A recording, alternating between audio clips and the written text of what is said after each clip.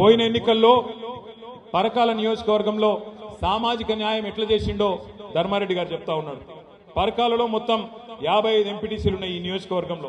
ఆనాడు పోయిన ఎన్నికల్లో 55 ఎంపీటీసీలుంటే 32 ఎంపీటీసీల్లో బీసీ సోదరులు నిలబెట్టి 58.15% ఆనాడే రేవంత్ రెడ్డి ఇంకా గాఢ నిద్రలో ఉన్నప్పుడే 58.15% ఎంపీటీసీలలో బలహీన వర్గాలకు పరకాలలో టీఆర్ఎస్ పార్టీ అవకాశం ఇచ్చింది.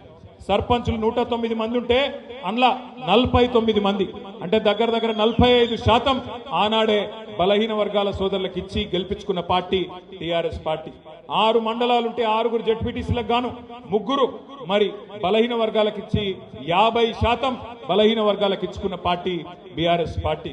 అట్లాగే ఎంపీపీలు 6 ఉంటే 3 బలహీన వర్గాలకు ఇచ్చుకొని 50%.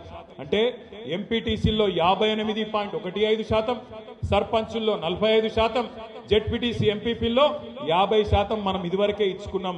ఇవాళ నువ్వు రిజర్వేషన్ పేరిట డ్రామాలు ఎన్ని చేసినా పరకాలలో ఉన్న లెక్కనే మొత్తం రాష్ట్రం అంతటా కూడా కుడి ఎడుమ గంతకే ఉన్నది. ఎప్పటికప్పుడు టీఆర్ఎస్ పార్టీ గతంలోనే బీసీలకు న్యాయం చేసింది, రేపు కూడా చేస్తుంది.